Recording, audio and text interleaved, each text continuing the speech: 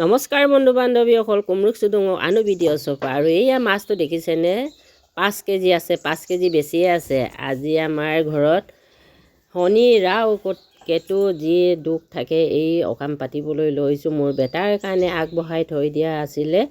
এয়া ভিডিঅ' আৰম্ভ কৰি দিছোঁ। সকলোৱে চাই ভাল পাব বুলি আশা কৰিছোঁ, মৰম দিব বুলি আশা কৰিছোঁ। আৰু ইয়াত পূৰা 7জন বকত লাগে বন্ধু বান্ধৱীসকল। আপোনালোকে কৰণে নকৰে নাজানো, কিন্তু আমাৰ মিচিং মানুহবোৰ এইটো অকাম পাতে শনি মঙলবাৰে। আৰু বহুত দিনৰে ভিডিঅ' আছিলে, প্ৰায় মোৰ 14-15 দিন হৈ গ'ল ভিডিঅ'টো দিয়া নাছিলোঁ। আৰু বিশেষকৈ খোৱা বস্তুবোৰ মই বহুত দেৰিকৈ ভিডিঅ' দিওঁ দেই।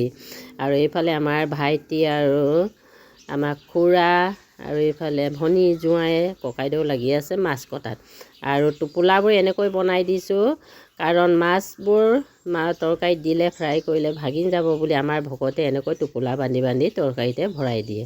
এয়া দেখিছেনে বন্ধু বান্ধৱীসকল, ডাঙৰ ডাঙৰ পিচ। আৰু এইফালে আমাৰ ডাঙৰ জাজনী আৰু এইফালে আমাৰ ভণ্টীয়ে ৰান্ধনি চাকনি কৰি আছে। আৰু দেখিছেনে এই টোপোলাবোৰ এনেকৈ মাছবোৰ ভৰাই দিছে। মই ইউটিউবত এবাৰ দিছিলোঁ বাৰু, কোনে কোনে চাইছে নিশ্চয় গম পাব। আৰু এয়া নিজৰ কিবা এটা পাতিলে ভিডিঅ' বনাবলৈ বহুত দিগদাৰ হয়, এইকাৰণে মই অকণমান ভিডিঅ' লৈ থৈছিলোঁ। এইবোৰে আপোনালোকৰ মাজত দেখুৱাই দিছোঁ।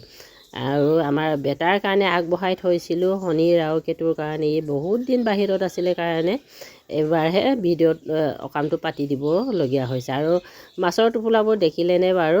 আৰু আজি ভিডিঅ' ইমানেই আছিলে, ধন্যবাদ।